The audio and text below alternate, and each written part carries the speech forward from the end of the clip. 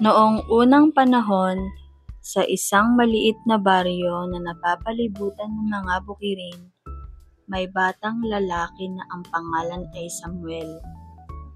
Siya ay masunurin, mabait, at mahilig makinig sa mga kwento ng kanyang ina tungkol sa Diyos. Tuwing gabi, bago matulog, lagi siyang nagdarasal at nagpapasalamat sa mga biyayang natatanggap nila araw-araw.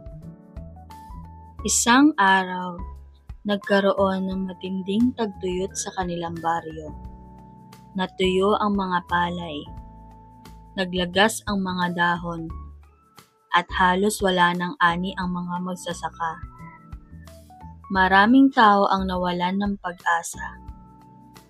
Pero si Samuel, kahit bata pa, ay hindi tumigil sa pagdarasal.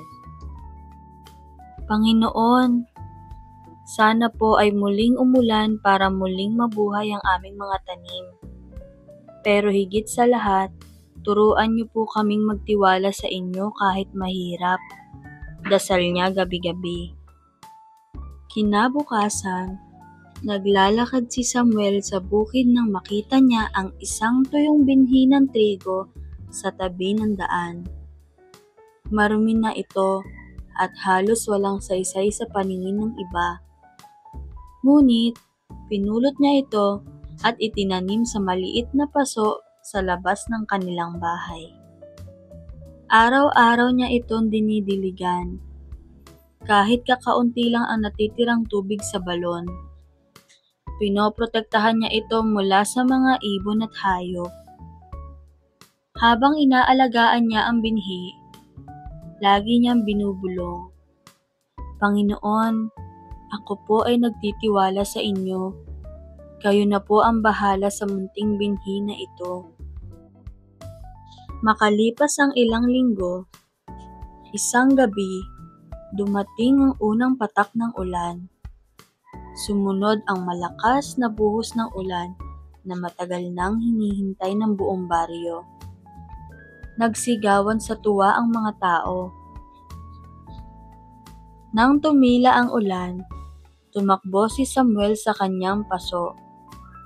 At doon niya nakita ang maliit na usbong ng trigo na unti-unting tumutubo.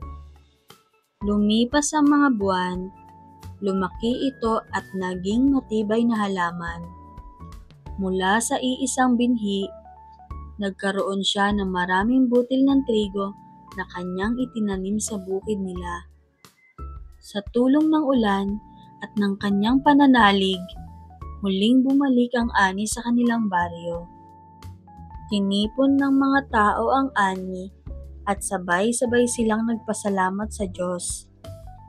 Lumapit ang kanyang ina kay Samuel at nagsabing, Anak, sa simpleng binhing iyon, itinuro mo sa amin na ang pananampalataya, kahit kasing liit ng butil, ay kaya magpalago ng pag-asa. Ngumiti si Samuel at tumugon, Naniniwala po ako, Inay. Ang Diyos ay laging nakikinig sa mga tapat na puso kahit gaano kaliit ang ating maibigay. Aral ng kwento. Ang pananampalataya sa Diyos, kahit kaising liit lang ng butil, ay may kapangyarihang magdulot ng himala. Kapag nagtitiwala tayo sa Kanya, may magandang bunga ang ating pagtitiyaga at pananalig.